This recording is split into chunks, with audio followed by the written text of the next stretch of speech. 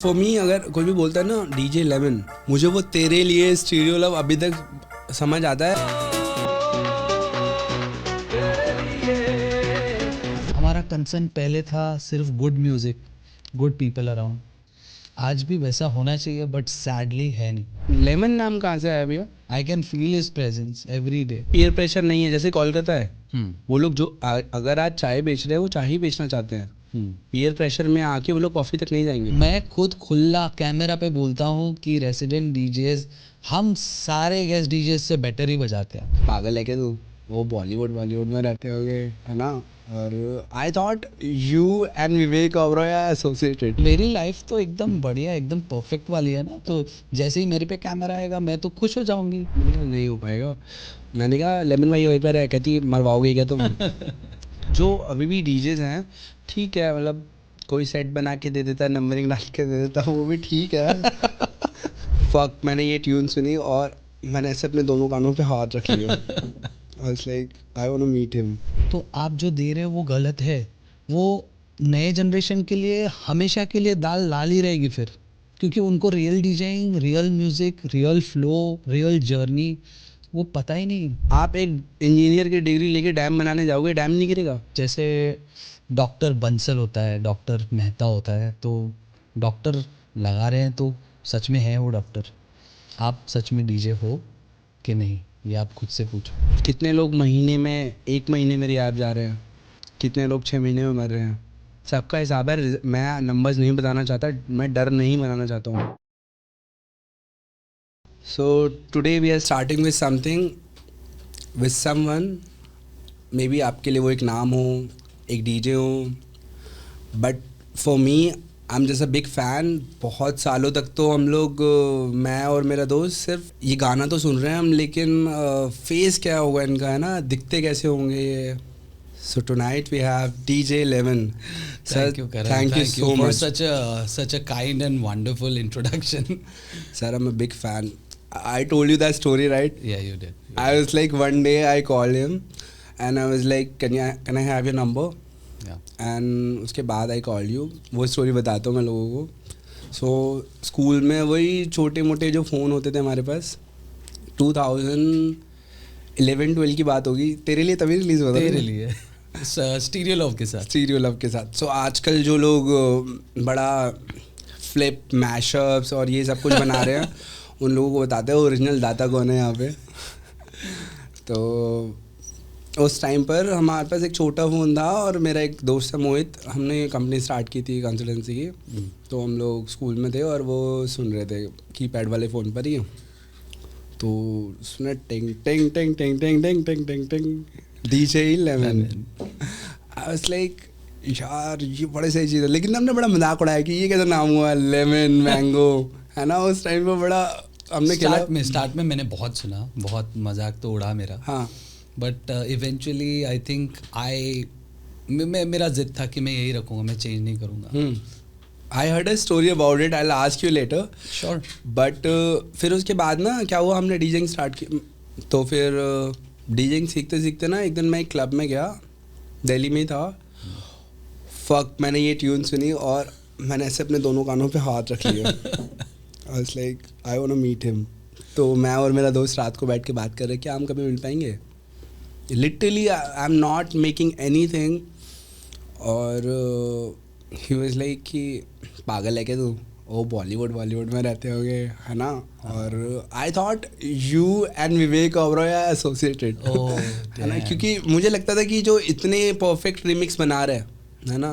Perfect actually मुझे नहीं पता था कि ये परफेक्ट बन रहा है। मैं तो मेरे कपड़े की दुकान पे बैठ के वो जो मेरे वर्कर्स थे ना, वो उनको मैं पीछे बिठाता था और FL स्टूडियो चल रहा है। हाँ। तो आज भी वो है मेरे साथ connected.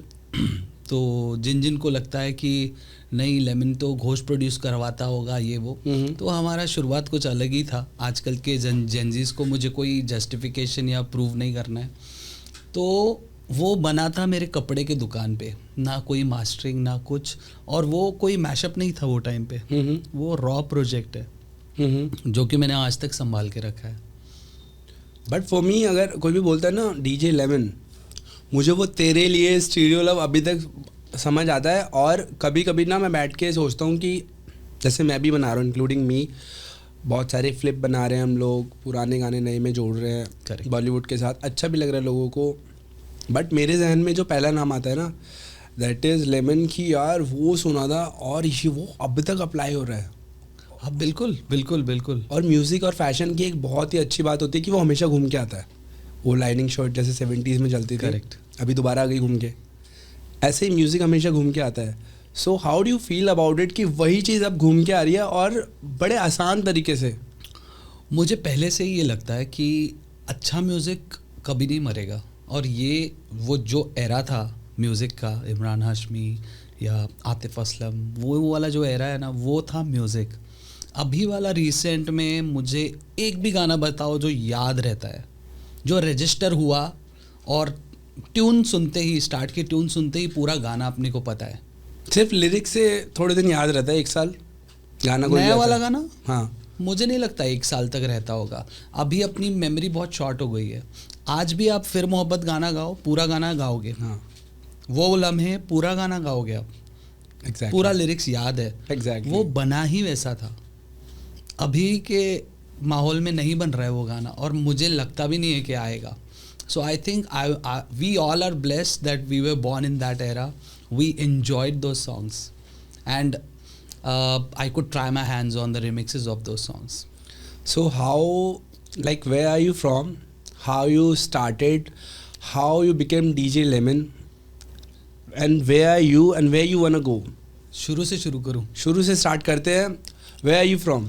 I am from Kolhapur. Okay. What were you doing in Kolhapur? तो मेरा 10th पास हुआ और नेक्स्ट डे सुबह साइकिल लेके मैं सुशाम कस्टम हाउस पे काम पे लगा था, 600 रुपये महीना। तो वहाँ से शुरू हुआ मेरा म्यूज़िकल जर्नी, मुझे ऐसे लगता है। What year? This was 1998, 97, 98। ठीक है, मैं 5 साल का था। ये एडिट कर लेना भाई। तो एनीवे, तो वहाँ से मेरा जर्नी शुरू हुआ था। वो सोनी के डेक्स ना, तभी वो टाइम पे सोनी का डेक आ गया, और तभी के जो पॉपुलर ये डेक्स आते थे, पता है, 3 CD चेंजर, वो सब। तो मैं तभी से फैसिनेट हो गया था कि भाई ये चीज़, भाई क्या बज रहा है ये वो सब। तो म्यूज़िकल ईयर मेरा तब से शुरू हुआ था। तो उसके बाद मैं ऑडियो कैसेट के स्टोर पे काम पे लगा, because my father thought that I should start from the scratch. तो मैं वो शॉप पे जाके पूरा क्लीनिंग से लेके पूरा वो अरेंजमेंट ऑफ ऑडियो कैसेट्स पूरा मैं करता था कि ये सेगमेंट है, इसमें वो रीजनल सॉन्ग्स आएंगे, ये पॉप सॉन्ग आएंगे, ये फिल्मी सॉन्ग आएंगे, A to C तक, ये C to E तक, ऐसा डिफ्रेंशिएट मैं करता था। तो उस चीज़ में आई don't no, God had this plan कि मेरा पूरा स्टडी हो जाए। तो अभी भी एज अ एक्सपेरिमेंट अगर आप मुझे पूछोगे ये गाना कौन से ईयर का है, इसका सिंगर कौन है और इसका ऑडियो कैसेट कौन से कंपनी का था, मैं 90% तो पक्का बता दूंगा। क्या बात कर रहे हो? हाँ, मेरा इतना स्टडी है। मैंने एक स्टोरी सुनी थी, चलो ट्राई करते हैं। आशिकी 2 मूवी, आशिकी मूवी, आशिकी मूवी, आशिकी मूवी 1 और 2, 1 ओके। उसके पीछे एक स्टोरी है कि वो मूवी गानों के बीच में डाली गई। एक्चुअली वो मूवी नहीं थी। अच्छा, नहीं, ये तो इनसाइड स्टोरी हो गई। हाँ, बट वो एक्चुअली समीर, मैं अभी उसका ये बता सकता हूँ कि म्यूजिक किसका था, मेन सिंगर्स कौन थे। सच में? हाँ, हाँ। आपको नदीम श्रवण। हाँ, एक्चुअली वो हुआ था, समीर अंजान सर ने वो सारे गाने लिखे हुए थे। Correct, Sameer, yes. और मैं बिग फैन हूँ समीर अंजान। मैं खुद बिग फैन हूँ सर। उन्होंने 4 पीढ़ियाँ सर्व किए हैं। बिल्कुल, 4 पीढ़ियाँ। और वो लिरिक्स आज नहीं आ रहे, उन्होंने बंद कर दिया लिखना। उन्होंने बोला कि लोग इसके लायक नहीं हैं, उन्होंने खुद बोला। ठीक है, तो उसके बाद उन्होंने बंद कर दिया, लेकिन उन्होंने 4 पीढ़ी सर्व करी, आपकी, मेरी, हमारे से पहले की, आगे वाली भी, और कर चुके हैं। तो उन्होंने कहा कि उन्होंने 6 गाने की एक एल्बम लिखी। तो महेश भट्ट साहब आए उनके पास, उन्होंने कहा कि यार ये तो इसके बीच में तो मूवी आ सकती है। तो उन्होंने कहा बना दो। तो गुलशन कुमार जी ने उनको बोला कि भैया ये तो 2 चेहरे ले लिए उन्होंने उसके अंदर वो पूजा भट्ट और उनको ले लिया था ना, 2 नए चेहरे ले लिए थे उन्होंने, राहुल रॉय और एक और सब गुजराती मैं उनका नाम भूल गया। हाँ, तो उन्होंने कहा कि नहीं ये तो चेहरे में रिलीज़ ही नहीं करूँगा। तो उन्होंने कहा कि ठीक है हम इसके ऊपर जैकेट रख देते हैं। सो जैकेट वहाँ से आई।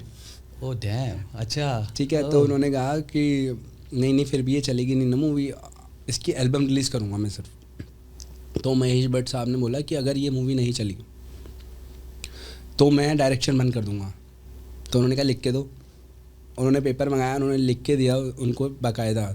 तो फिर गुलशन कुमार जी ने बोला कि अगर ये मूवी आपने रिलीज़ कर रहे हो, अगर आप इतना बोल रहे हो, मैंने ज़िंदगी में कभी किसी इस चीज़ की मार्केटिंग नहीं की होगी जितनी मैं इस चीज़ की करूँगा।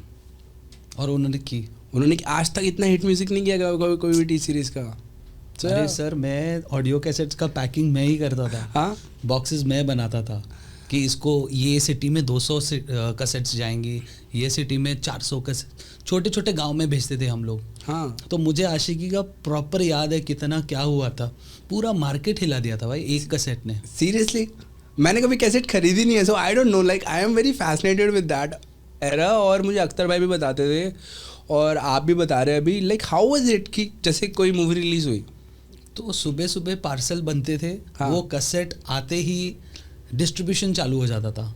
ओके। तो मुंबई से आता था पार्सल, हाँ। ट्रांसपोर्ट से कोल्हापुर पहुंचा, डिस्ट्रीब्यूशन सुबह ही वो ऑर्डर लेना स्टार्ट, मतलब फ़ोन आते थे। और जैसा आशिकी मूवी था, मुझे लगता है मेरे अंकल जिनके पास मैं काम पे था वो कम से कम 3 महीने बिजी ही थे।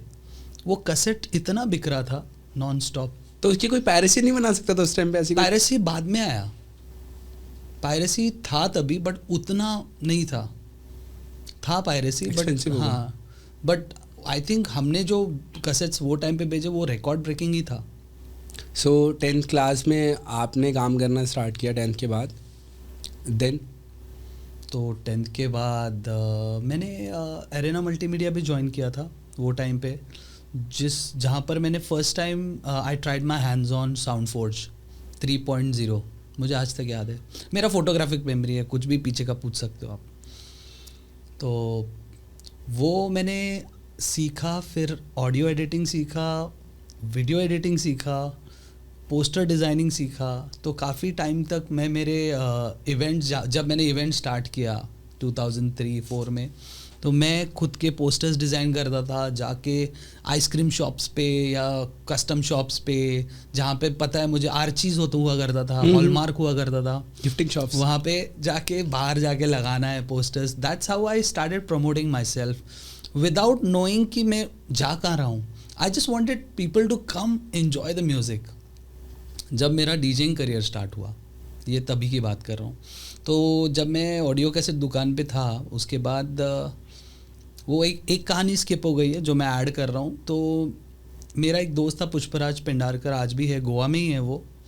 तो मुझे लगता है most of the डीजेज in Kolhapur learned from him. I was one of them. I used to carry his Case Logic. I used to run behind him. I used to carry speakers. तो one fine day he got 2 events. तो मैं देखता था ये क्या कर रहा है, कैसे डीजेइंग होता है। तभी मैंने डिसाइड किया था कि ये एक चीज़ है जो मुझे बोरिंग नहीं लग रही है और मैं ये कर सकता हूँ, और वो मुझे सेंटर स्टेज चाहिए।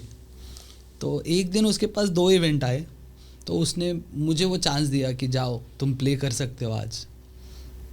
तो आई थिंक वो दिन है और आज का दिन है, I have never looked back. वो 50 लोगों का पार्टी, 20 लोगों का पार्टी, 100 हो गए, 200 हो गए, 500 हो गए, अभी तो हज़ारों में। सो यू स्टार्टेड डीजेइंग इन कोल्हापुर, या एंड 100 से 200 हुए, फिर 500 लोग हुए। यस।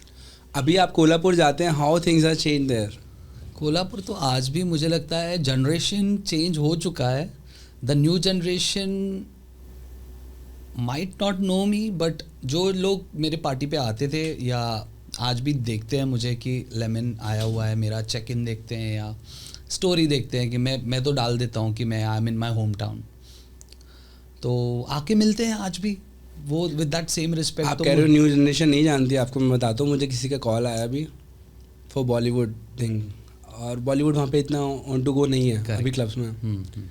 तो वो यंग कोई प्रमोटर ही थी, तो उसने मुझे कॉल किया, उसने कहा कि ऐसे ऐसे है हमारा बजट थोड़ा ऐसे। मैंने कहा नहीं हो पाएगा।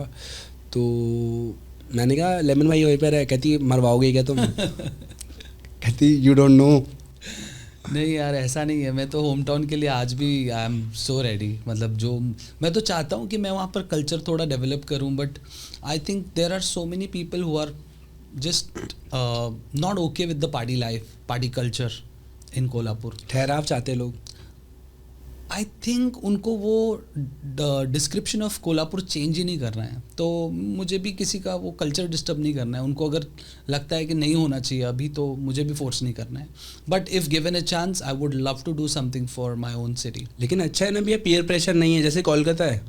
वो लोग जो अगर आज चाय बेच रहे हैं वो चाय ही बेचना चाहते हैं, पीयर प्रेशर में आके वो लोग कॉफ़ी तक नहीं जाएंगे। करेक्ट। सो कोल्हापुर भी अगर एक ठहराव चाहता है, वो पीयर प्रेशर में आके कि आज जैसे यंग जनरेशन की उसको देख के कि चिंटू ऐसा कर रहा है तो बंटू भी ऐसे कर रहा है। हाँ, अगर वो लोग वो करना चाह रहे हैं तो बहुत बढ़िया चीज़ है मुझे तो लगता है। और किसी का कल्चर चेंज करना ज़बरदस्ती, it's a very bad thing. Of course adapt करना चाहते हैं आप तो बहुत बढ़िया चीज़ है। बट अभी मुझे जो लग रहा है, बिकॉज मैं रिसेंटली अभी होली पार्टी हम लोग ने प्ले की वहाँ पर, तो मुझे दिखा कि वहाँ के लोग चाहते तो हैं बट वहाँ नहीं चाहते।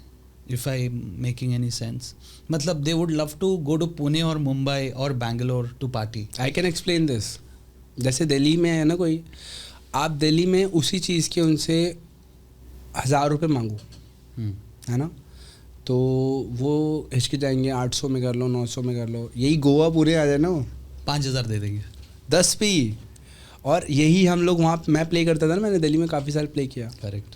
तो रेजिडेंट भी वैसे भी I never got that much of respect. अभी मैं जैसे दुबई में हूँ, फुकेट में हूँ, अब गोवा शिफ्ट हो गया हूँ, अब मैं वहाँ जाता हूँ ना, रिस्पेक्ट इज़ लाइक जो लोग बहुत सारे डीजेज हैं, मैं तो नाम लेने के वैसे शख्स खिलाफ हूँ, पूछते नहीं थे, पता है, लाइक उनकी नाइट्स होती थी या कुछ भी होते थे, बिगेस्ट क्लब होते थे वो, और हम लोग बाहर खड़े होते थे ऐसे करके, आई लाइक भैया नेवर। आज की डेट में पता है वो ऐसे अनाउंस कर रहे आके, oh my god he is my brother DJ Karan और ये वो। मुझे भी बड़ी हंसी आती है क्योंकि हमें वक्त ने बड़ा सख्त कर दिया है और मुझे ज़्यादा फ़र्क नहीं पड़ता है। तो मुझे बोला जाता है कि आप बड़ा उछल कूद क्यों नहीं करते हो, ये फलाना है, कोई आपके आगे इतना बड़े डीजे नाम ले रहे हैं। मैंने कहा क्या बताएं अब आपको story. But Karan, don't you think the whole meaning of being a DJ has changed in this few years? इसीलिए तो भैया I just open this channel. मैंने आपको इसीलिए बताया था, एक तो thank you so much you came see. नहीं, thank you for inviting me. मुझे खुद खुल के बात करना था। अगर ये रील, इसका अगर रील बन जाए और वो डीजेस देख लें, जो डीजे कम और जोकर ज़्यादा हैं, हाँ। तो मेरे लिए और सबके लिए वो एक, I think it is going to be a social awareness. वो अगर खुद समझ जाएं कि पहले हम लोगों को एक कोर्स कंप्लीट करना है, मतलब तुम 2 हफ्ते में डीजे नहीं बन सकते भाई। सो डीजेस लॉकर रूम का जो मकसद था वो पहले भी बता चुका हूँ मैं और आज भी बता रहा हूँ। सबसे पहली बात एजुकेशन। आप इनसे पूछो भैया आपने पहले एजुकेशन कंप्लीट की है पूरी? मेरे पे तो बहुत प्रेशर था, आई एम अ साइंस स्टूडेंट, तो मेरा पहले एजुकेशन 10th क्लास में काम करने के बाद भी आपने पूरी एजुकेशन कंप्लीट? साइंस, वो भी। यस। हाँ। और क्या आपको लगता है विदाउट एजुकेशन आप जहाँ आज बैठे हैं, क्या आप बैठे होते? मुझे मैं बैठने से पहले मुझे बैठने नहीं दिया जाता, ये मुझे लगता है। If you are not educated enough and if you can not talk in public, then you are in this wrong profession. मतलब ये प्रोफेशन के लिए बने ही नहीं हो फिर तो, बिकॉज यहाँ पर अपना communication is the key for everything. भले वो माइक पे हो या ओनर्स के साथ बात करनी हो या प्रमोटर्स के साथ बात करनी हो या सेल्फी वीडियो बनाना हो, आज की डेट में तो पहले एजुकेशन है for me. Of course, like अभी आप लोग जिसके बारे में हम बात करना चाहते हैं, जिसके लिए डीजेस लॉकर रूम मैंने बनाया है, विदाउट एजुकेशन मेरे पास 12th क्लास के बच्चे आ जाते हैं, 10th के बच्चे आ जाते हैं।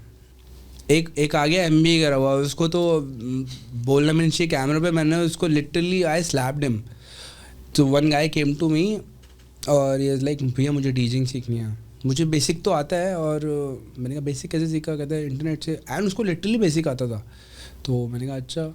मैंने कहा आपने एजुकेशन किया था? हाँ मैंने कंप्लीट किया। मैंने क्या किया? कहते MBA किया। मैंने कहा MBA के उसके लिए तो आपके पिताजी ने लोन लिया होगा ना? हाँ है 10 लाख रुपए का लोन उनके ऊपर, वो तो देते रहेंगे। कहा this is your responsibility now to pay him back, और इसमें तो प्लेसमेंट लग जाती है। ये डीजेइंग दे दूँ, हमने कहा भाग यहाँ से, डीजेइंग से दे देगा, अभी और लोन लेना पड़ेगा correct to get your hands on DJing. So सबसे पहले एजुकेशन कंप्लीट करो अपनी जाके, ठीक है, और डीजेइंग करना ना करना वो आपकी चॉइस है। हम ना किसी को रोक रहे हैं, ना ही हम किसी को इनकरेज कर रहे हैं। No, I think honestly, DJing, while you're studying, DJing should be your plan B, not plan A. Plan A, आप गोल वही रखो, एजुकेशनल गोल रखो, ये B में रखो। अगर गलती से A काम नहीं कर रहा, end of course with time you will understand that, तो जाके B पे जाना है। डीजेइंग A नहीं है, डीजेइंग B है। मेरा भी पहला मेरा बिजनेस था, दुकान था, मैं पहले वो दुकान संभालता था, स्टडी करता था, फिर डीजेइंग मेरा धीरे धीरे ऊपर आया हूँ मैं। मुझे कोई आइडिया भी नहीं था कि ये हॉबी पैशन बन गई, पैशन बिजनेस बन गया, मुझे कोई आइडिया ही नहीं था। आज जाके मुझे लग रहा है कि हाँ ये मेरा फुल टाइम बिजनेस है अब। एग्जैक्टली लाइक आपके पास हर चीज़ का एक प्लान ए प्लान बी होना चाहिए। प्लान ए हमेशा एजुकेशन है, करेक्ट, ठीक है। प्लान बी आप डीजेइंग को रखो, उसके साथ साथ सपोज आपको मतलब डीजे एज एक डीजे बनना है, what should be your plan? I mean along with my studies, yes, I think I'll keep practicing until I'm perfect, and then I will try to introduce myself to few people who are already in the industry. That's मैं पहले assist करूँगा किसी को। I will not look for money, I'll look for experience। जैसे मैंने मेरे time पे किया, मैं आज भी सबको वही बोलूँगा, स्टार्ट स्लो। सिर्फ रील प्लान करके तुम लोग डीजेइंग बन रहे हो, सिर्फ रील प्लान कर रहे हो तुम लोग कि आज ये डालेंगे, कल वो डालेंगे, फेमस हो जाएंगे, ये क्लब बुलाएगा। That is not DJing, you are into a different profession altogether. या तो फिर एक काम करो, ये मेरी सलाह है, कैमरा को देख के बोल रहा हूँ, डीजे हटा दो, तुम लोग कुछ और हो, तो कुछ नया नाम दे देंगे हम आपको। क्या बोलते हो करण? मुझे लगता है मैंने किसी सही इंसान को बुलाया। बहुत सही भैया, डीजे हटा देते आपके नाम के आगे से। हाँ मतलब वो एक क्या है ना, बहुत रिस्पेक्टफुल और बहुत मेहनत करके वो बनते हैं यार डीजेज। मतलब तुमने 2 महीना प्रैक्टिस किया कि रील कैसे बनाते हैं, और तुम तीसरे महीने पे मतलब क्लब्स में प्ले कर रहे हो, ऐसा नहीं हो सकता भाई। और 1 साल के बाद छोड़ भी दे रहे हो। हाँ मतलब जो इन्वेस्ट किया था वो निकल आया या नहीं निकल आया मुझे नहीं पता, सबका नहीं निकलता। 100 में से 2 लोग तो है, मतलब वो रील पे बहुत मैं आपको बताता हूँ ना, आजकल जो आप बता रहे टेक्निकल एक तरीका वो अलग है, जो ऑथेंटिक है, जो काम करता है आपके लिए, हमारे लिए काम किया। जो आज का तरीका बताता हूँ मैं आपको। तो सबसे पहले आप सिर्फ देख लीजिए कि किधर से आपको एक पेड सेट मिल जाएगा, ठीक है। गाना बनाता है डीजे चिंटू है, उसको बेचता है डीजे बंटू है, राइट, है ना, चलाता उसको कोई और है। बट मैं बोलूँ ये मैं इसके खिलाफ बिल्कुल भी नहीं हूँ, क्योंकि ये अच्छा है, ये एक अच्छा बिजनेसमैन ही कर सकता है, या कोई स्मार्ट बंदा कर सकता है कि इससे बनवाओ, यहाँ पे रिलीज़ करो, यहाँ से गिग मिलेगा, ये एक स्मार्ट बंदा कर सकता है। बट सिर्फ मुझे इतना चाहिए कि डीजे ऐड मत करो, ये अच्छा बिजनेस है। अगर आपकी वजह से आप अगर कुछ बन गए, रील्स डाल के कुछ बन गए, आप बिजनेस दे रहे हो क्लब्स को, मुझे कोई प्रॉब्लम नहीं है, बस म्यूज़िक मत बजाओ। मैं तो भैया दूसरी चीज़ की बात करो, लेकिन हाँ जैसे आप ही का एडिट बना हुआ था, मैंने भी कमेंट किया था, मैंने डिलीट कर दिया, ठीक है। मुझे रात को बड़ी खुराफात चाहती है, पता नहीं क्या, मैं कुछ एक पैकेट में वेफर खा रहा होता हूँ, मुझे कोई रील दिख जाती है गलत चीज़ से ना कि यार ये तो लेमन भाई का मिक्स है, और उसे बजा रहे कोई 2 लड़के, ढंढन था। अच्छा ठीक है, बट आई थिंक उन्होंने मुझे टैग किया था। वो वाले नहीं, ये एक और अलग है, ये एक और थे। अच्छा ठीक है, और वो बजा रहे हैं फिर, है ना, और फिर मैं नाम नहीं लूँगा इसलिए डीजे चिंटू यूज़ करता हूँ मैं, और उसमें डीजे चिंटू बंटू मिक्स। और मैं देख रहा हूँ अरे ये लेमन भाई का मिक्स नहीं है। फिर उसके बाद ना मैंने मैसेज किया कि can I get the link, उन्होंने मुझे लिंक भेज दिया। मैंने दोनों फाइल लगा के डाली एफएल में, वो दोनों फाइल भी सेम है। मैंने कहा यार ये तो बहुत बड़ा गलत हो रहा है। तो ये एक तो टैग एडिटर आ गया ना, जब से सबकी अपनी प्रोडक्शन है, सब जाके उसमें नीचे जाके अपनी फ़ोटो अपना नाम डाल के सब वही बजा रहे हैं। इसके मैं बड़ा खिलाफ हूँ, एटलीस्ट क्रेडिट तो दे दो। टेल मी ऑनेस्टली, वो वाला एरा बढ़िया था ना, DJNYK, वो वाला एरा में ना वो था। फिर नावेद, DJ नावेद, उसके भी वो सर के भी मिक्स बहुत बढ़िया आते थे। जोएब सर, नावेद सर और कंवल, ये हम सब ना, वो क्या बोलता था वो, नैपस्टर और 4Shared पे गाने हम लोग अपलोड करते थे।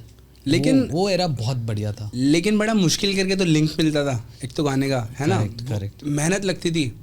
मुझे याद है मैंने वो अनारकली डिस्को चली, लीजो भाई ने बनाया था। हाँ। वो बड़े सालों बाद तक भी वो चलता रहा, आज भी चलता है वो। आज भी चलता है वो, ठीक है। और उसमें डीजे चेतस बोल अरे ये एडिट कर लेना भाई।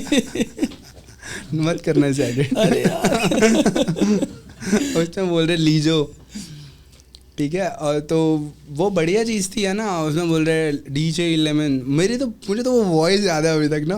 अरे सच में मुझे ना, मेरे एक दुबई का मेरा दोस्त है जाहिद अली, तो ये यूजुअली ना हम FL में वो ऑप्शन था, टैग बना सकते थे हम लोग रोबोटिक। तो मुझे उसने ना ये पहली बार गिफ्ट आया था मुझे, मैं डेट बता सकता हूँ, 02/09/09 इस डेट पे उसने मुझे टैग भेजा था 2009 में। वो स्टार्ट में मैंने सुना, मुझे वो मतलब लगा कि हाँ कुछ तो अलग है, ये रोबोटिक तो नहीं लग रहा है। तो उसने फर्स्ट टाइम मेरे लिए UK से बनवाया था, तो ये मेरे लिए गेम चेंजर हो गया। वो जाहिद भाई को मालूम होगा, लेकिन उनको मैं बयान नहीं कर सकता कि मुझे वो टैग ने क्या क्या दिया है अभी तक। तो बहुत ही क्रेजी लगता था भैया, और पता है वो अजीब भी नहीं लगता था। नहीं वो मेरा तभी भी ना, मुझे लगता है कि मेरा कान स्केल्स में तभी भी चलता था। हाँ। कि ये ऑफ सुनाई दे रहा है, ये अंदर है, स्केल में है नहीं है। तो मैं तभी भी थोड़ा सा ना वो ट्वीक करता था। आज तो मैं मतलब प्रॉपर वो की में ही आएगा अगर टैग भी डालना है तो। अभी तो एजुकेशन कुछ अलग लेवल पे है, थैंक्स टू यूट्यूब। बहुत कुछ एवरी डे, जिनको जो सीखना है बस बैठना है और सीखना है बस। वो इसलिए तो यही तो मेरी प्रॉब्लम है कि एजुकेशन फ्री हो गई है। हाँ, आप डीजेइंग सीख सकते हो, आप प्रोडक्शन सीख सकते हो, है ना। आप इंग्लिश सीख सकते हो, आप बहुत सारी चीज़ें सीख सकते हो। उसके बाद आप बिना सीखे क्यों आ रहे हो? और सीख के आ गए आप, चलो मुझे आपके पैसा कमाने से एक रत्ती भर भी प्रॉब्लम नहीं है कि आप पैसा क्यों कमा रहे हो। बहुत सारे लोग कमा रहे हैं। मैं कह रहा हूँ बैटिंग ऐप से भी तो लोग पैसे कमाते हैं, हमें उससे कोई प्रॉब्लम है नहीं, हम उसके बारे में बात नहीं कर रहे। आप डीजेइंग से पैसा कमा रहे हो। अब जो नई यूथ है जो आपको देख रही है, क्योंकि रील्स और ये सोशल मीडिया सब कहाँ जा रहा है, सीधा जाके लैंड हो रहा है यंग जनरेशन पे। अब वो क्या देखेंगे कि मुझे पढ़ लिख के एक बोरिंग क्लास में बैठ के रजिस्टर भर के कलम से मुझे पढ़ना चाहिए, या मुझे कोई बहुत फैसिनेटिंग कपड़े पहन के और बॉडी वॉडी बना के और बस लड़कियों के बीच में ऐसे ऐसे डांस करके शराब को ऐसे प्रमोट करके, है ना, और डीजे बनना चाहिए। सबको तो डीजे बनना है, या तो सबको वो डीजे बनना है लड़कों को जो बीच में नाच रहा है, या लड़कियों को वो लड़की बनना है जो उसके साथ नाच रही है।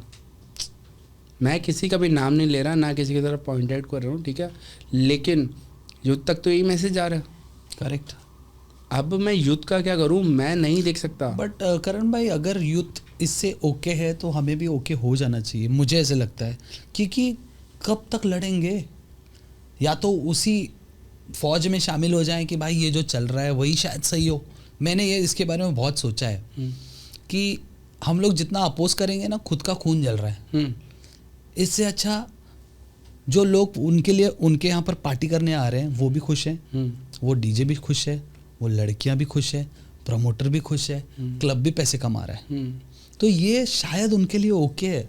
फिर उनके माँ बाप, हाँ, उनके माँ बाप जो लास्ट में जिनको रिजल्ट नहीं मिलते, आपने शायद वो स्टोरी नहीं सुनी, मैंने स्टार्ट क्यों गया था। हाँ, मतलब मैंने सुनी है, अगर आप बताना चाहेंगे पॉडकास्ट पे तो प्लीज। बस मैं ये चाहता हूँ कि एक माँ मेरे आके पैर ना पकड़े कि मेरा बेटा रिहैब में है और मर गया है सिर्फ इस चीज़ से। You're right. I mean, those stories definitely lead to something unusual and disappointing. 14 lakh डीजेज हैं, ठीक है, पूरे भारत के अंदर पैसे लगा के सर्वे कराया मैंने, रेजिडेंट से लेके बाकी सब लगा के। और कितने लोग महीने में 1 महीने में रिहैब जा रहे हैं, कितने लोग 6 महीने में मर रहे हैं, सबका हिसाब है। मैं नंबर्स नहीं बताना चाहता, मैं डर नहीं बनाना चाहता हूँ, ठीक है। और ये भी नहीं बोल रहा हूँ मैं डीजिंग गलत चीज़ है, बहुत सही है। आप एजुकेशन लो, आप पूरे बेसिक से आओ। आप एक इंजीनियर की डिग्री लेके डैम बनाने जाओगे, डैम नहीं गिरेगा? क्या लोगों को खतरा नहीं होगा, लोग नहीं मरेंगे? बस मैं यही चाहता हूँ, ये सेम ही है। एक आप इंजीनियर की डिग्री बिना 5 साल पढ़े आप ले लेते हो और आप जाके एक डैम इंजीनियर बन जाते हो। वो डैम बना, वो नदी बह जाएगी, पूरा डैम टूटेगा और पूरा गांव डूब जाएगा। बस यही हो रहा है। आप बिना डीजेइंग सीखे आके पब्लिक। और मुझे ये लग रहा है कि हाफ एजुकेशन जो लेके आ रहे हैं, मतलब एग्जाम्पल के लिए बता रहा हूँ कि वो लोग जो जेंजीज जो अभी के जनरेशन को दे रहे हैं, एग्जाम्पल बता रहा हूँ कि लाल कलर की दाल दे रहे हैं, हालांकि दाल का कलर लाल नहीं हो सकता। एग्जैक्टली। तो आप जो दे रहे हो वो गलत है। वो नए जनरेशन के लिए हमेशा के लिए दाल लाल ही रहेगी फिर, क्योंकि उनको real DJing, real music, real flow, real journey वो पता ही नहीं है। बस यही बताने बैठे भैया, देखो हम तो बताने बैठे हैं कि भैया 6ठे फ्लोर पे जाओगे और वहाँ से गिरोगे तो या तो टांगें टूटेंगी या फिर आप मर जाओगे। हाँ, आपको एक नज़ारा भी दिखेगा, बट हम आपको प्रॉन्स एंड कॉन्स बता रहे हैं कि ये हो सकता है और इसको आप कैसे प्रिवेंट कर सकते हैं, ताकि किसी को ये ना लगे कि इन लोगों ने पैसे कमाए डीजेइंग से और सिर्फ अपनी जेब में रखे। राइट। नहीं, हम बैठे हैं यहाँ पे लोगों को एजुकेशन देने। नहीं, कोशिश हम ज़रूर करेंगे, कोशिश ज़रूर करेंगे, बस but at the end of the day it's people who will decide. हम किसी को सही गलत नहीं बोलने बैठे हैं, बस किसी इंसान को नहीं सही गलत बट बोलने मैं बैठे हैं। इतना ज़रूर खुल के बोलना चाहूँगा कि ये डीजेइंग को मैंने 25 इयर्स दिए हैं, तो अगर कोई डीजे लगा रहा है अपने नाम पे तो उसका रिस्पेक्ट ज़रूर करे और उसको जस्टिस मिलना चाहिए। अगर आप डीजे लिखते हो ना, वो उसको पूरा जस्टिस मिलना चाहिए। So what do you think, what is that one thing running the society through the club industry और social media? That one thing जो थोड़ा सा गलत इम्पैक्ट डाल रही है उसके अंदर, सोसाइटी के अंदर, जो हमारी क्लब इंडस्ट्री है। और what is that one thing which is putting right impact, उससे थोड़ा सा बदलाव जो है वो अच्छे वे में जा रहा है। जो चीज़ मुझे लगता है ख़राब है वो है रील्स, मुझे लगता है, क्योंकि पहले नहीं थे, फिर भी क्लब्स तो फुल थे, ज़्यादा फुल थे और पब्लिक एक दूसरे के साथ बात करता था। तो आज की डेट में क्या है, मैं आ गई हूँ क्लब, अब मैं पूरा शूट करूँगी 3 घंटा। अब ये मेरा फेवरेट ड्रॉप आ गया। तो रील्स अच्छे भी हैं तो बुरे भी हैं। I think reels is the reason for all this. अभी जहाँ पहुँचे मैं पूरा श्रेय दूंगा रील्स को, अच्छी चीज़ों के लिए भी तो बुरी चीज़ों के लिए भी। इट्स 100% 50-50। वैसे 2 वे। आपको लगता है जो सोशल मीडिया है, जो पीयर प्रेशर में आके इतना ज़्यादा इम्पैक्ट करने लगी है, करेक्ट, जैसे ऐसे बैठे होते हैं ना लोग, हाँ, और जैसे कैमरा आ जाएगा ना, ये करेक्ट, पूरा एक्सप्रेशन चेंज है ना। आप खुश नहीं हो। मेरी लाइफ तो एकदम बढ़िया, एकदम परफेक्ट वाली है ना, तो जैसे ही मेरे पे कैमरा आएगा मैं तो खुश हो जाऊंगी। एग्जैक्टली, वो वाला है story. So I am the important person and I can not be sad. True that. हाँ, है ना, जैसे एयरपोर्ट पे वो लोग होता है कि I am the important person and I can not be happy, so everyone look and walk like this ना। I saw this fact. So मैंने एक्चुअली मैं कोविड में ना काफ़ी सारे साइकेट्रिस्ट की टीम के साथ बैठा था। आजा। तो मैंने बहुत ह्यूमन साइकोलॉजी पढ़ी है। Correct, body language, expression. मैं आपसे बात करते हुए बता सकता हूँ आप सच बोल रहे हैं, कहानी बना रहे हैं। क्या बात है, बढ़िया है। नहीं, आज कोई मूड ही नहीं है मेरा झूठ बोलने का। आप तो मैं चाहता हूँ मसाला दे। आपने हिस्ट्री तो पढ़ी होगी, आप पॉलिटिकल व्यू क्या है आपका? ए पॉलिटिकल है आप नहीं, या थोड़ा बहुत थोड़ा बहुत है। हाँ। तो सुभाष चंद्र की एक बात तो सुनी होगी आपने कि तुम मुझे खून दो। अच्छा, वो तो याद है मुझे। तुम मुझे खून दो। सुभाष चंद्र बोस जी ने बोला था तुम मुझे खून दो मैं तुम्हें आज़ादी दूंगा। आजकल डीजेस का कहना है तुम मुझे किक दो मैं तुम्हें किक दूंगा। अरे यार गलत टॉपिक। तो ये मुझे पुणे बट करण, मेरा ना इस पे व्यू एक ही है कि मुझे घर चलाना है। मैंने अभी डीजेइंग सीख लिया है, मैं डिसेंट डीजेइंग करता हूँ, लेकिन मेरे पास गिग्स नहीं आ रहे हैं, तो मैं मजबूर हूँ। मैं करण आपको गिग दूंगा, आप मुझे हेल्प करो ना। तो मुझे कहीं ना कहीं लगता है कि बार्टर अच्छा है, बट जो रियल डीजेस नहीं है वो अगर इंट्रोड्यूस हो रहे हैं इसमें या खुद को इंक्लूड कर रहे हैं इसमें और बार्टर कर रहे हैं, तो ये अच्छा नहीं भी है। एक और चीज़ है ना भैया इसमें, मैं आपको बताता हूँ इसका लूप होल।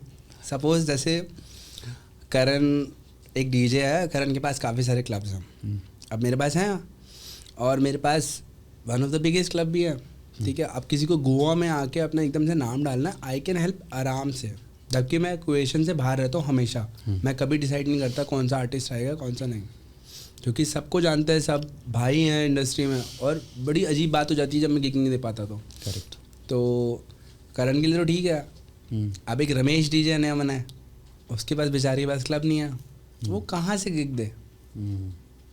लेकिन वो प्ले मुझसे अच्छा करता है, तो नहीं मिलेगा ना उसको नहीं मिलेगा, तो वो बेचारा क्या करे, है ना। और ये इसीलिए स्क्वीज होकर रहे थे। आपने देखा सिर्फ उतने ही आर्टिस्ट को काम मिल रहा है आज की डेट में। आप देखो ना, वही आर्टिस्ट इधर उधर घूम रहे हैं बस। और हालांकि मुझे इतने अच्छे डीजेस पता है जो बेचारे कुछ पोस्ट भी नहीं करते, उनको कुछ पड़ी नहीं है, they are just musically oriented, the drive for them is music.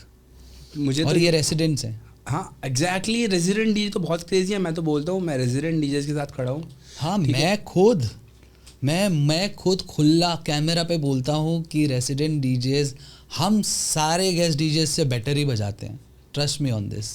क्योंकि उनके लिए ना, उनके सिटी का हर एक बंदा या जो भी क्राउड आता है उनके लिए तो वही है, हर वीकेंड पे वही दिखेंगे। रेसिडेंट्स को म्यूज़िक बदलना पड़ता है हर week, just to surprise them or make them feel that okay something is changing or something has changed।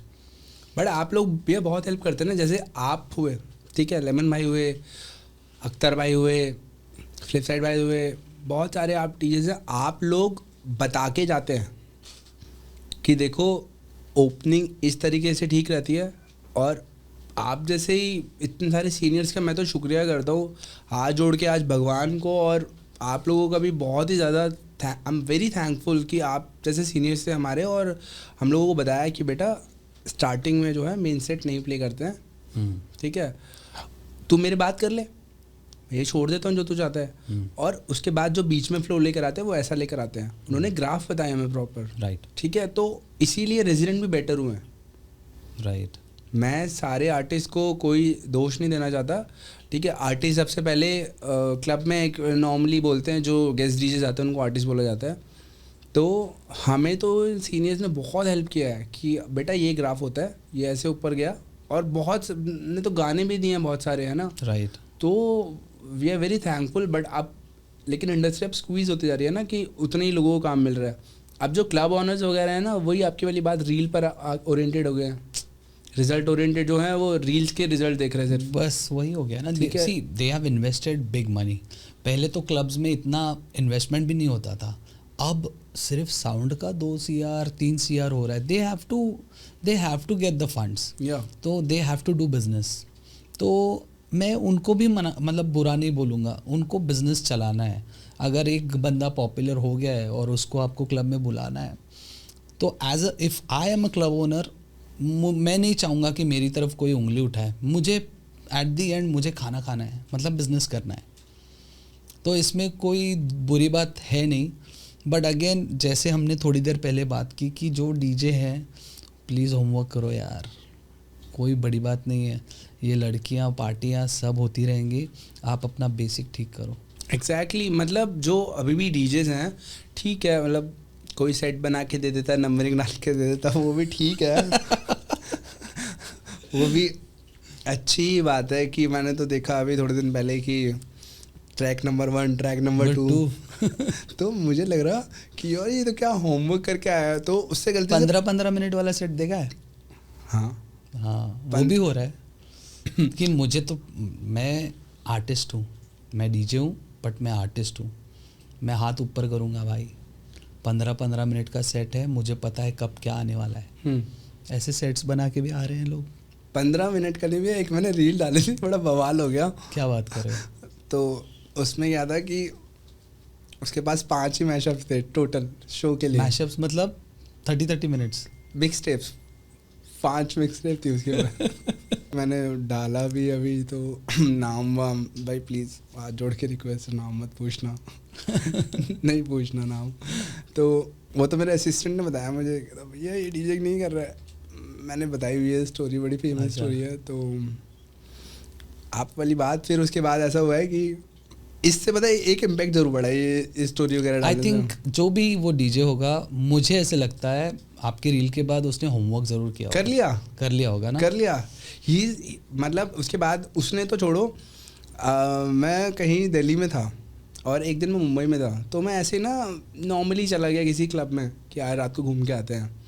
तो मैं जा रहा हूँ, जैसे ही मैं जा रहा हूँ तो बाउंसर से लेके और उस रो तक डीजे तक सब ऐसे बात करते हो जा रहा, अरे वो आ गया देखो वो आ गया। और मैं अंदर जा रहा हूँ और डीजे ने ना जैसे मेरे आने से पहले मैं बाहर से सुन रहा था, धैड़ पैड़ कट कट कट कर मारने शुरू कर रहे हैं। मैं कह रहा हूँ क्या डीजेइंग करी वजह से स्मूथ अंदर जाते हुए, हाँ है ना। एंड ही केम एंड वो बार बार देख रहा है कि कैमरा वैमरा तो नहीं खुला हुआ कुछ नहीं। तो मैं ऐसा कुछ नहीं करता हूँ, मैं किसी को बदनाम नहीं करने जा रहा हूँ। और भाई देखो डर वर नहीं फैला रहा हूँ मैं, बस भैया वाली बात है कि बेसिक सीख लो आप। नॉर्मली आपने आपके नाम के आगे आपको डीजे लगाना है, बहुत रिस्पेक्टफुल जॉब है।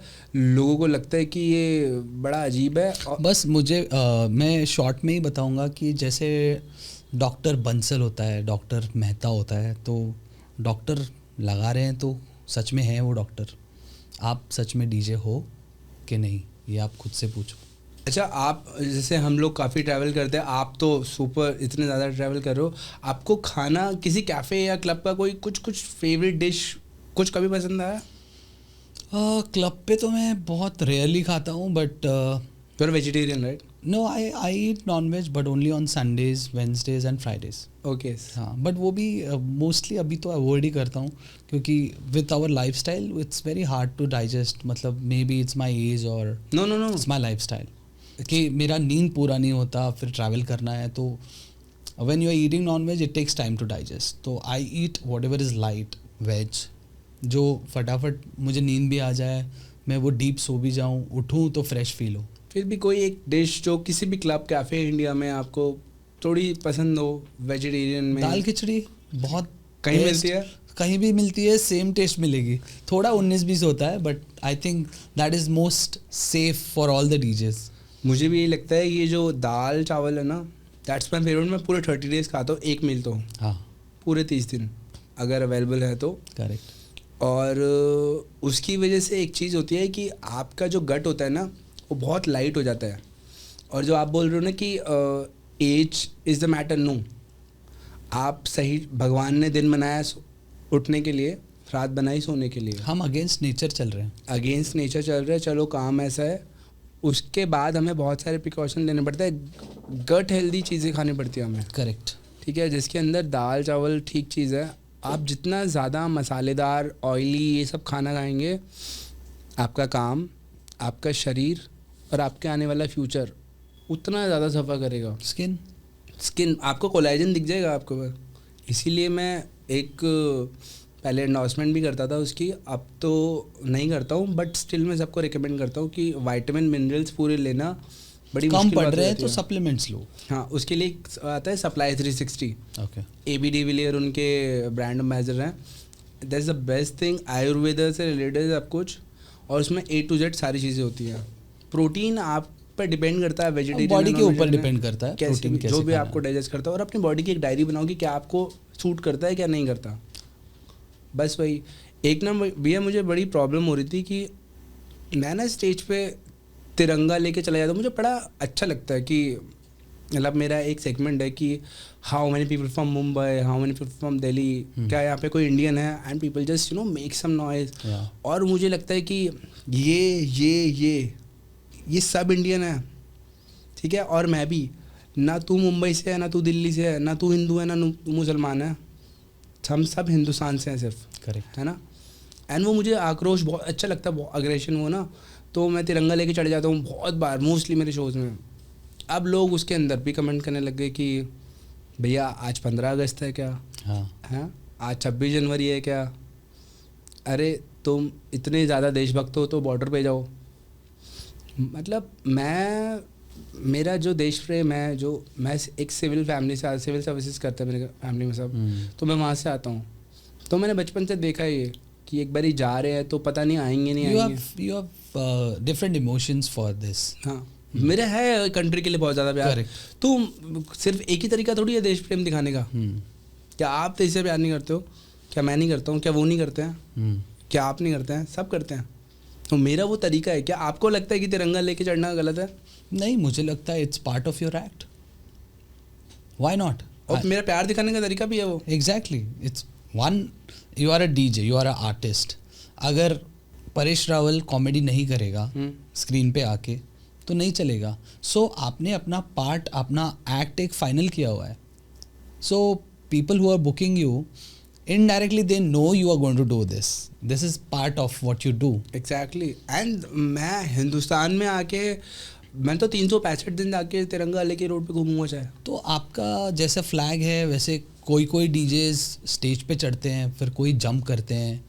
तो मुझे लगता है अपना अपना एक स्टाइल है.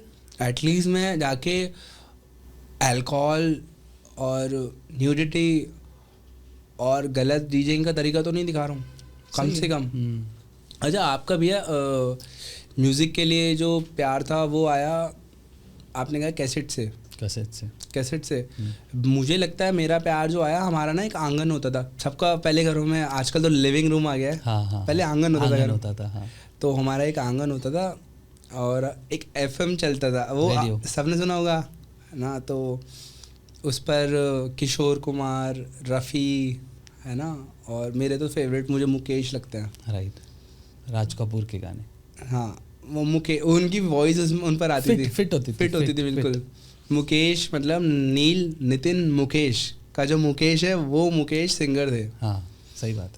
ठीक है. तो वो मुझे आते थे और वो आंगन में चलता रहता था. और वो सारे गाने अभी तक, तब तो बड़ा बोरिंग सा लगता था, लेकिन आज वो गाने हम सुनते काम होने के लिए थोड़ा.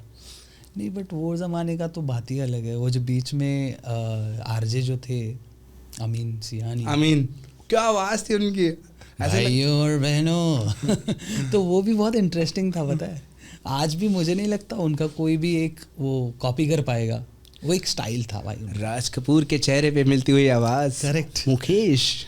और वो स्टोरीज भी बताते थे, मुझे आज तक याद है. वो कोई ना कोई कनेक्टिंग स्टोरी बताएंगे वो गाने की, ऐसा कुछ. अन्नू कपूर, मैं आई am a biggest fan of Annu Kapoor. He is also God level. उनको पता है कि किस मूवी ने किसने किस कलर के कपड़े पहने थे. हाँ. इतना ज़्यादा इन्फॉर्मेशन कहाँ से. जैसे आपकी एक, मैंने देखा अभी कि आपकी वो एक फोटोग्राफी वाली मेमोरी है ना. हाँ. कि आपको वो पिक्चर खींच जाती है. पिक्चर दिखता है. हाँ पिक्चर खींच लेता हूँ मैं फटाफट, तो वो आपके दिमाग में रह जाता है. हाँ. अच्छा हमारी जो एक इंडस्ट्री है, इसमें लोगों को पैसा खाने की बड़ी आदत है. बड़ा रूड वर्ड बोल रहा हूँ मैं, कि जिस तरीके से पता लगे कि कुछ नहीं कर सकता तो इसका पैसा हम रोक सकते हैं. तो इंडस्ट्री में ऐसे लोग बहुत बैठे हुए हैं जो पैसा रोक के उसको 3-4 महीने बाद देना चाहते हैं, है ना. बेचारे रेजिडेंट के साथ भी होता है, गेस्ट डीजेस के साथ भी होता है. आपको लगता है कि क्यों करते हैं लोग ऐसा, मतलब कि पैसा रोक लेना या लेट देना या देना ही नहीं? आई थिंक ये इसका जवाब हर बंदे के लिए अलग अलग होगा. कि मैं ओनर हूँ, मेरा क्लब है, मेरे पास 100 रुपये आ रहे हैं लेकिन मुझे देने 150 रुपये हैं, तो अब वो एडजस्ट करने हैं मुझे. लेकिन प्रमोटर भी तो है भैया, जैसे प्रमोटर की तरह बुक हुए. ठीक है, बट प्रमोटर के पास आ रहा है क्या? अगर प्रमोटर के पास आ रहा है तो फिर उसकी खुद की कितनी इच्छाएं हैं, उसके खुद के कितने बिल्स हैं, उसका क्या लाइफस्टाइल है उसके ऊपर भी डिपेंड करता है। मुझे तो लगता है डर इसका एक रीज़न है। हो सकता है, तो मैंने जैसे बोला ना, हर बंदे का रीज़न अलग अलग होगा, एक रीज़न नहीं हो सकता। लेकिन मैंने मोस्टली देखा है ना, जो 90% रीज़न है कि किसी के आप पैसे रोक लेना, लेट देना, ठीक है, और या देना ही नहीं, सिर्फ एक रीज़न होता है मेरी नज़रों में, डर। आप गेस्ट डीजे के पैसे दे रहे हो, आपने एक बहुत फेमस गेस्ट डीजे के पैसे दे दिए हैं, एक नॉर्मल जो बेचारा पोस्ट नहीं डाल रहा है, जिसके ज़्यादा गिग्स में मिल रहे हैं, आप उसके पैसे नहीं दे रहे हो, आप रेजिडेंट के पैसे लेट दे रहे हो। ऐसा क्यों भाई? क्या वो डाल नहीं सकता है कहीं पर? नहीं, बट ये तो आई थिंक पहले से ही चलता आ रहा है। तो रोकना तो पड़ेगा भैया इसको, किसी ने कहा। हाँ, कैसे रोकेंगे, ये अभी फैल चुका है। बस इतना ही है, जिसका खुद का जो अंदर का सोल है वो जाग जाए और बैलेंस्ड रहे लाइफ में। मैं तो कहता हूँ अच्छे बुरे दिन सबके साथ आते हैं, बट लेकिन रोको ना आप उसको। आप प्रॉपर एक सोसाइटी के अंदर अमिताभ बच्चन भी बन रखे हो। बट अगेन मैं फिर से एजुकेशन पे आऊँगा और एक्चुअल डीजिंग पे आऊँगा। अगर मैं छोटा डीजे हूँ मैं, लेकिन मेरा डीजिंग बहुत अच्छा है, मैं नहीं रहूँगा उस क्लब में या वो इवेंट नहीं प्ले करूँगा तो सामने वाले को फ़र्क पड़ता है, तो वो मेरा पैसा नहीं रोकेगा। तो या तो आप वो स्टेज पे आ जाओ एग्जैक्टली कि आप इतना अच्छा परफॉर्म करो या इतना अच्छा म्यूज़िक बजाओ, भले छोटी जगह हो, 50 लोगों की जगह है, 8 टेबल्स हैं वो जगह में, आपका पेमेंट है 5,000 रुपये, बट वो सामने वाला डर के मारे देना चाहिए कि भाई ये नहीं होगा तो पब्लिक और हमारे जो गेस्ट आ रहे हैं वो कंप्लेन करेंगे। इतना अच्छा डीजेइंग या इतना अच्छा आपका पीआर बना दो। यस, लेमन मैंने एक बहुत सही चीज़ बोली, और ये सब देखो घूम के एजुकेशन पे आ रहा है। आपके बेसिक्स, आपकी डीजेइंग इतनी परफेक्ट होगी कि सामने वाले को फ़र्क पड़ेगा कि आज अगर ये नहीं है करण यहाँ पर, तो कम से कम ना करते हुए 1 लाख का नुकसान है ही, या फिर 50,000 का या 10,000 रुपये का है। वो सामने वाले को फ़र्क पड़ना चाहिए बस। वो कल नहीं है, आज आपके इम्पैक्ट के कारण आपके पैसे ज़रूर देगा। और रीज़न क्या होगा? सिर्फ आपकी एजुकेशन, आपके बेसिक। आप इंस्टाग्राम पे 4 रील देख के ये करते हुए डीजे हो गए, वो 6 महीने चलेगा बस वो, तो उसके बाद ख़त्म। आपकी रील की रीच ख़त्म, जो जिससे आप लाइक शेयर बढ़वाते हो वो ख़त्म, बस फिर हो गया। बट करण भाई आप भी देखो ना, अभी जहाँ पहुँचे हैं 2025 है, तो बीच बीच में इतने सारे डीजेस आए ये 25 साल में, जो जेन्युइन थे वो बचे, जो नहीं थे वो गए। तो अभी भी जो हो रहा है रील्स पे, अगर वो लोग, मैं तो चाहूँगा कि भाई जो भी रील्स पे पॉपुलर है ना, use it as a weapon, use it as a quality और एडवांटेज, कि आपके पास ये एडवांटेज है कि आपका ऑलरेडी फॉलोइंग बहुत अच्छा है।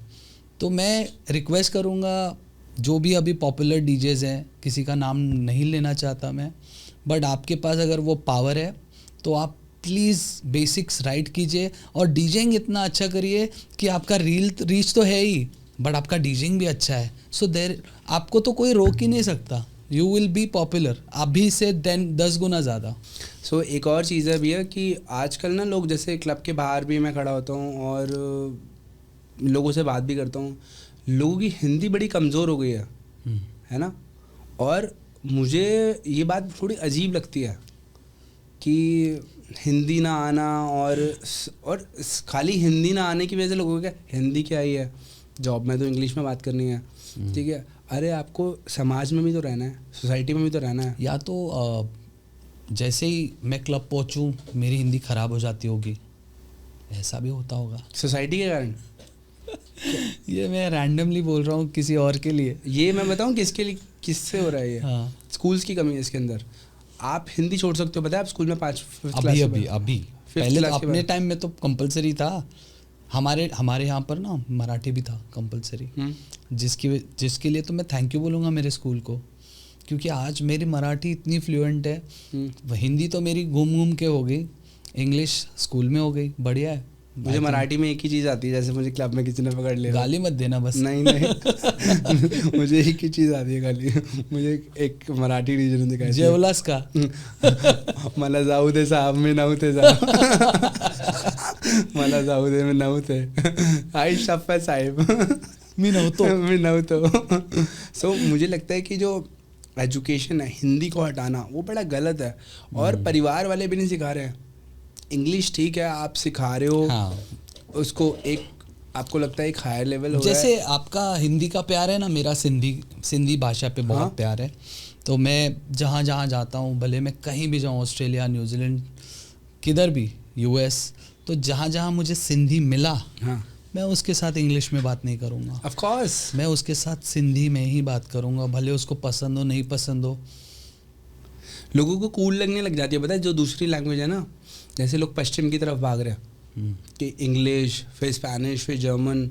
आप जर्मनी में जाओ, आप ऑफ कोर्स गए होंगे बाहर कंट्रीज में, वो लोग अपनी लैंग्वेज के अलावा दूसरी लैंग्वेज में जानबूझ के आपसे बात नहीं करेंगे। हाँ। जर्मनी में तो आप जितनी मर्जी इंग्लिश बोल दो, वो खुश फुश फुश करते रहेंगे आपके साथ, जानबूझ के नहीं बात करेंगे, वो आपको वो ब्रेड नहीं देंगे आपको। करेक्ट। तो हम भी तो हिंदुस्तानी है ना, एटलीस्ट हिंदी उतनी तो आती हो कि समाज में बात कर सकें आप गलत ग्रामेटिकल इंग्लिश में बात करते हो, इससे अच्छा तो हिंदी है। Bro you know I was there, मुझे ना पियानो चलता हुआ सुनाई देता है उस लैंग्वेज के पीछे ना।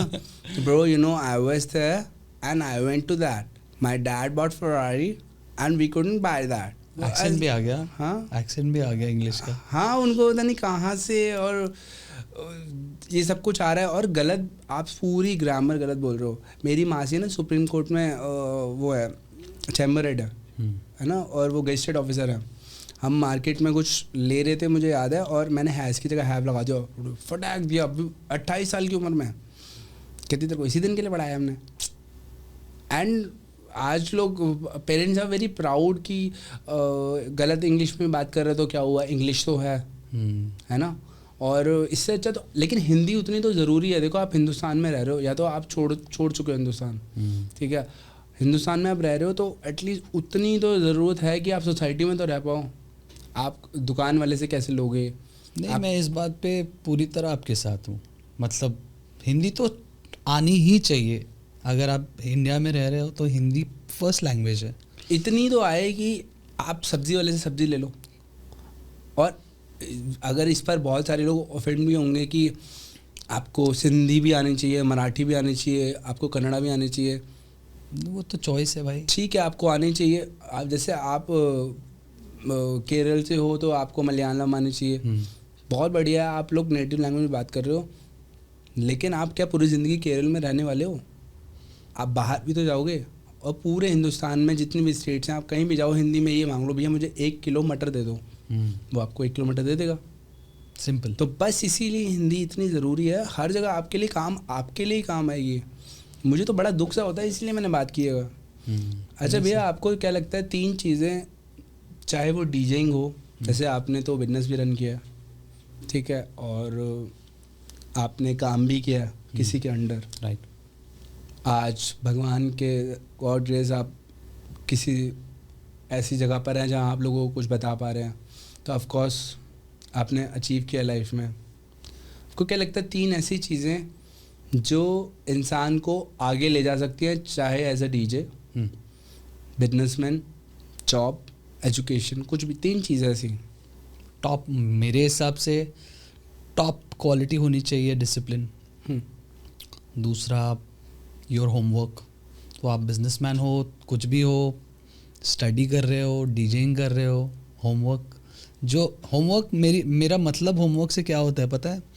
कि आप क्लब में जाके बजा ही रहे हो, वो ऑटोमेटिक कर रहे हो आप काम, बट जहाँ लोग नहीं देख रहे हैं, आप लैपटॉप खोल के बैठे हो, हर गाने को इवैल्यूएट कर रहे हो, हर गाने का क्यू पॉइंट, और किसी को शॉर्ट बनाना है, किसी को एक्सटेंडेड बनाना है, इज़ कॉल्ड होमवर्क। ये मैं सिर्फ डीजेइंग का इन्फॉर्मेशन दे रहा हूँ, बट हर बिजनेस या हर क्राइटेरिया में फिट होगा ये। Homework is most important. भले आप शेयर्स में हो, जब मार्केट बंद है तभी भी आपको वो होमवर्क करना पड़ेगा। तो मेरे लिए पहला डिसिप्लिन है, second is homework, and third is consistency. मतलब करण ने आज बहुत बढ़िया बजाया। मैं वापस डीजेइंग एग्जाम्पल पे आ रहा हूँ। करण ने आज बहुत बढ़िया बजाया, तो एक वो बेंचमार्क ऑलरेडी हो जाता है कि हाँ भाई करण ने 10 में से 9 मार्क तक बहुत बजाया बढ़िया। तो ऐसा हो सकता है कभी 8.5 हो सकता है, बट आपकी रिस्पॉन्सिबिलिटी है कभी 5 पे नहीं आना है। तो consistency is I think very important. निरंतरता। मैं बताऊं आपको अपने 3 पॉइंट्स बिल्कुल। जो मैंने सोचे हैं। देखो, जो सबसे पहली चीज़ होनी चाहिए ना आपको, अगर आप ग्राउंड से स्टार्ट कर रहे हो, शर्म छोड़ दो। अच्छा, ठीक है।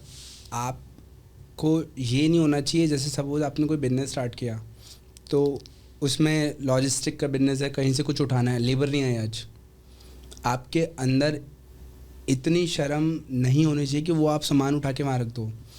आप डीजे हो, ठीक है, तो शर्म तो आपको पहले दिन ही छोड़नी पड़ेगी। अगर आप ऐसे ऐसे करके प्ले करोगे, ऐसे ऐसे करके प्ले करोगे, है ना, आपको खोलना पड़ेगा अपने आप को धीरे धीरे। ठीक है, आपको वो तार निकल गई, इलेक्ट्रिशियन नहीं है, आपको शर्म छोड़ के वो तार लगानी पड़ेगी, तभी आप सारी चीज़ें छोड़ पाओगे। सबसे पहले चीज़ शर्म छोड़ दो। आप कोई भी काम अगर ग्राउंड से शुरू कर रहे हो, ठीक है। सेकंड चीज़ जो मेरे अंदर आज तक है, बनाए रखा है जिसने मुझे, और जो आगे ले जा रही है, क्यूरियोसिटी का कीड़ा होना चाहिए आपके अंदर, जिज्ञासु होने चाहिए आप पूरे, कि अरे ये कैसे हुआ, अरे लेमन भैया ये आपने बटन दबाया, इससे क्या हुआ, ये है ना, और यार वो आदमी वहाँ पर जा रहा है, वो कैसे हो रहा है, यहाँ पे ये लिखा हुआ है, इसके पीछे क्या स्टोरी है। क्यूरियोसिटी वो आपको लर्निंग सिखाती है बहुत सारी। तीसरी चीज़ जो है, एक एप्पल कंपनी का बड़ी सही चीज़ लगती है मुझे, जो वो लोग फॉलो करते हैं, नो फॉर नथिंग। अच्छा, किसी चीज़ के लिए नो होना ही नहीं चाहिए। कि क्या आप सुबह आ सकते हैं? जी बिल्कुल आ सकते हैं। तो आपने मुझसे पूछा था ना कि जैसे यार तुम शाम को पॉडकास्ट करके रात को प्ले कर लोगे? हाँ, मैंने कहा भैया एजुकेशन के लिए काम कर रहे हैं, इसके लिए तो नो होगा ही नहीं। सही है। अब मैं रात को 4 बजे क्लब ख़त्म करके सुबह मुंबई जाके आके शाम को आपके पास बैठा हूँ, हमारा भी सेम ही है ना। मतलब कल प्ले किया, सुबह थोड़ी देर सोए, फ्लाइट पकड़ा, इधर पहुंचे, कल सुबह वापस 7 बजे फ्लाइट। दोनों की आंखें सूजी हुई हैं, चश्मा से छुपा रहे हैं। सो हाँ, एक और चीज़ है जो भैया आप क्लियर करो लोगों को, कि लोगों को लगता है ये फिल्म स्टार। नहीं, मुझे लगता है हमारा रीज़न बहुत अलग है चश्मा पहनने का। हाँ। क्लब के अंदर अगर पहन रहे हैं ना, तो एक तो वो कैमरा का फ्लैश आता है हमेशा जब फोटोज़ निकलते हैं, और दूसरे जो हैवी लाइट्स होते हैं या लेज़र्स होते हैं, वो आँख में, आप इमेजिन करो कि एवरी डे ऑलमोस्ट, मतलब हफ्ते में 3-4 दिन पकड़ लो, वो लेज़र्स लाइट सारी आंखों में जाती हैं। प्लस फिर वो कैमरा वाले को मना नहीं कर सकते, वो आपका फुटेज ले रहा है नॉन स्टॉप।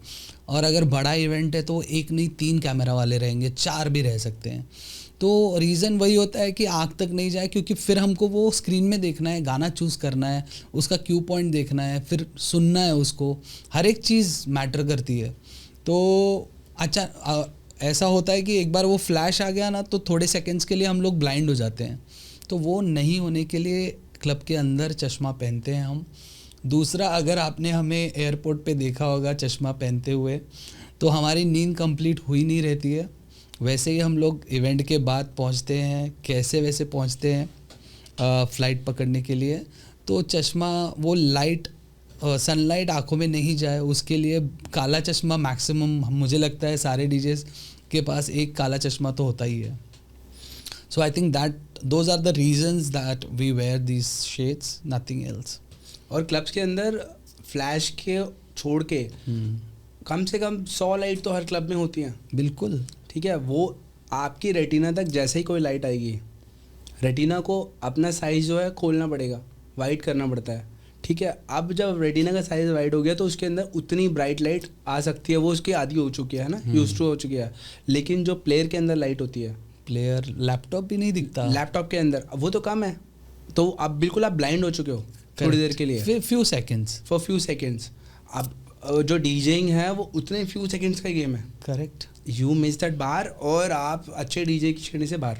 तो एक बार मिस हो गया तो फिर नेक्स्ट बार के लिए फिर 32 बार वेट करो। और फिर अगर नहीं मिस भी हो गया और आपने छोड़ दिया, और अब आपको ये थोड़ा घोड़े चल गए, हाँ हो गए बस जज। अरे ये क्या यार, ये कहाँ से ये इतना पैसे लेके डीजे बुलाया घोड़े दौड़ाने के लिए। इसने यहाँ पर बाहुबली बना दिया यार घोड़े दौड़ा के। उसको बाहुबली बोला जाता है ना शॉर्ट फॉर्म में, कि यार बाहुबली है यार ये तो ना चड्डी छाप। अच्छा आजकल ना मुझे एक नई कंपनी आई, उन्होंने मुझे अप्रोच किया कि हम ना सॉन्ग रिक्वेस्ट करने के लिए एक ऐप बना रहे हैं। तो एक QR लगाएंगे हम, हाँ वो स्कैन कर सकते हैं आप, और 1 रुपये में खाली रिक्वेस्ट कर सकते हैं वाह। हर क्लब में, ठीक है। तो मैंने उसको बोला तो आपको क्लब में ना काफ़ी हथियार भी रखने पड़ेंगे हमारे साथ, जैसे रॉड और ये सब। उसने कहा क्यों?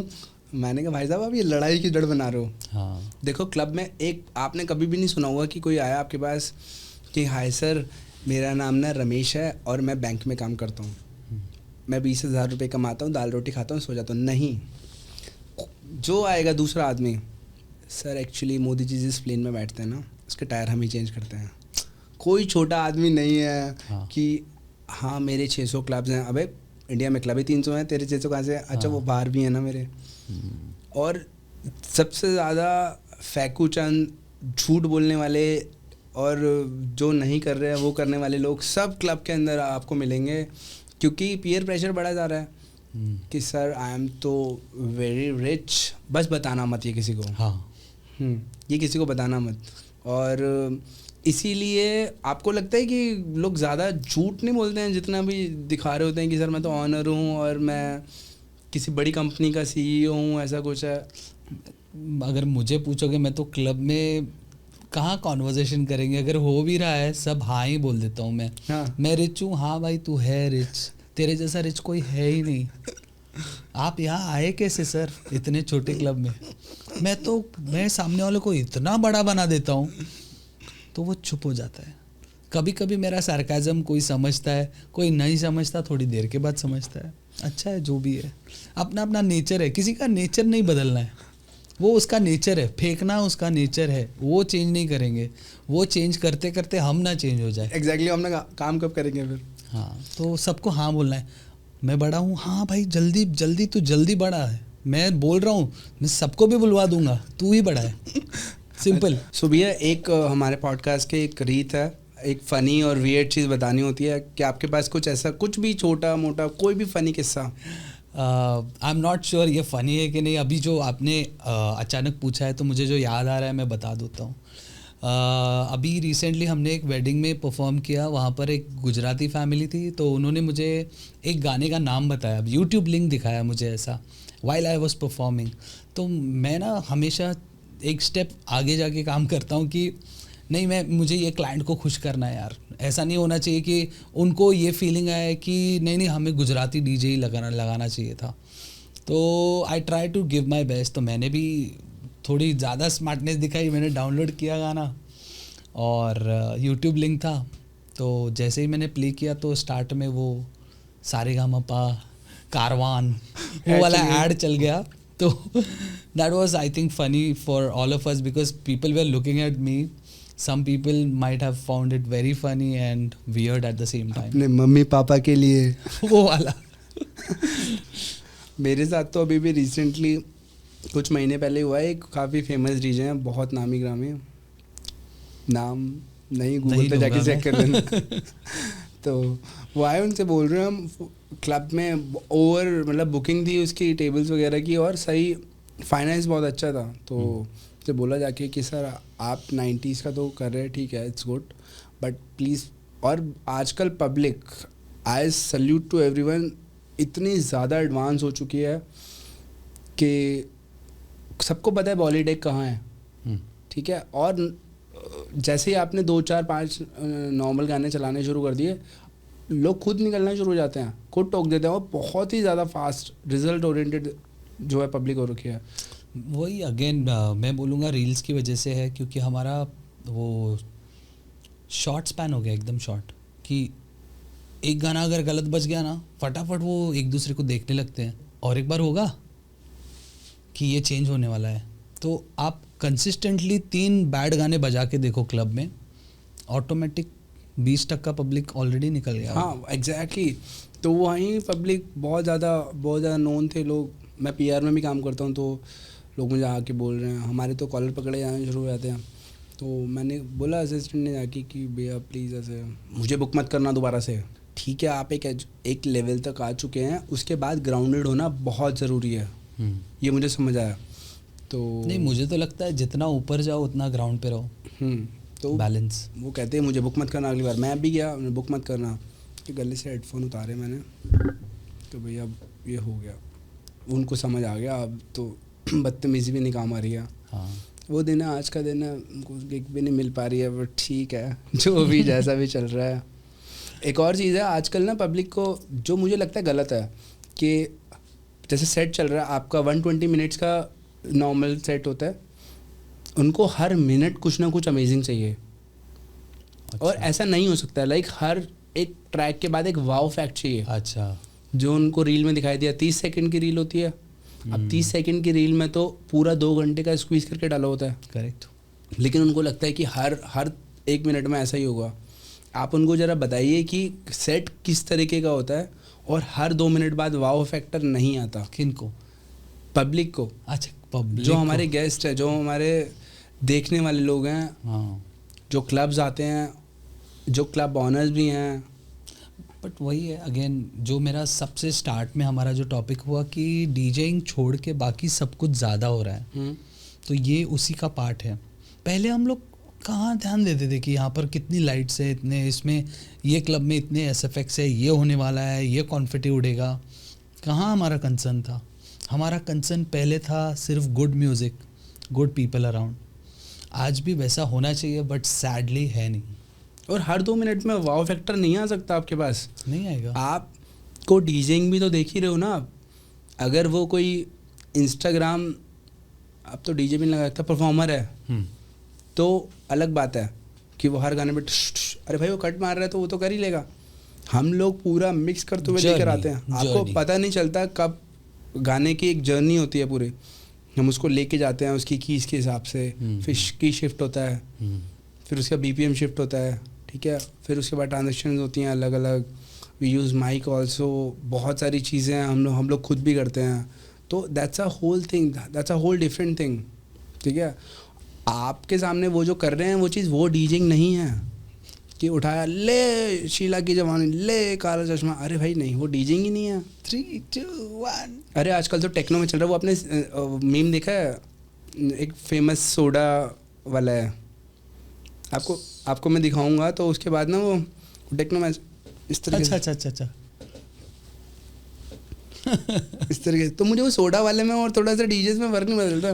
तो एक बार ना शुरू में मुझे पता नहीं था सीरियसली, तो मैं जाके ना चेक करा मैंने कि मिक्सर में अर्थ तो नहीं आ रहा है क्या। अच्छा मैंने सीरियसली, मैं चप्पल पहन के गया पहले ना, हाँ। और वो एक रेन डांस था, तो मैंने देखा जाके अर्थ तो नहीं आ रहा है ना, क्योंकि वो ऐसे था, पूरा हिल रहा था वो सोडा वाला भी सेम ऐसे ही है। So it was like this. But lemon नाम कहाँ से आया भैया? लेमन मुझे पिताजी बुलाते थे, मतलब सिंधी में लीमा है, तो लीमा सिंधी वर्ड है, तो इंग्लिश में उसका मीनिंग है लेमन। तो ये उनके मेमोरी में है। मैंने आई थिंक 2005 या 6 में चेंज किया था। पहले मैंने लीमा ही रखा था, डीजे लीमा। बट वो काफ़ी दोस्तों ने मुझे बोला कि कहीं ना कहीं वो लड़की का नाम लग रहा है। हाँ, तो बस मैंने वो लीमा चेंज करके लेमन किया, और फिर आई थिंक वो ब्लेसिंग जैसे काम कर रहा है भाई। पिताजी हैं साथ में? नहीं है, वही तो 2000 पिताजी हैं साथ में? है, बिल्कुल, वैसे तो बिल्कुल है भाई। Every day I can feel his presence every day. All my close ones know how much I am connected to my father even today. So वो लेमन नाम पिताजी के साथ, आपके साथ अभी भी काम कर रहा है, एंड ब्लेसिंग के साथ। बिल्कुल। So it's really good thing. And भैया थैंक यू सो मच। मेरे लिए तो शायद देखने वालों के लिए कोई 1-2 डीजेस बात कर रहे होंगे, मेरे लिए अभी मैं बोलता हूँ, मेरे लिए एक बचपन का सपना था कि मैं इस इंसान को देखूं, फिर मिलूं, है ना। Thank you. आज बैठ के बात कर रहा हूँ। Thank you so much. Thank you Karan for inviting me, because मुझे खुद ऐसे अच्छा लगता है कि जो एक्सपीरियंस डीजे है कि दिल की दो बातें हों, तो वो मुझे भी अच्छा लगता है। और ये पॉडकास्ट का जो यहाँ आने का जो मकसद था वो किसी को हर्ट करने का बिल्कुल भी नहीं है। सिर्फ हमारी दोनों की बात, मुझे ये पॉडकास्ट के बाद ये फील हो रहा है कि आपका और मेरा इंटेंशन सेम है।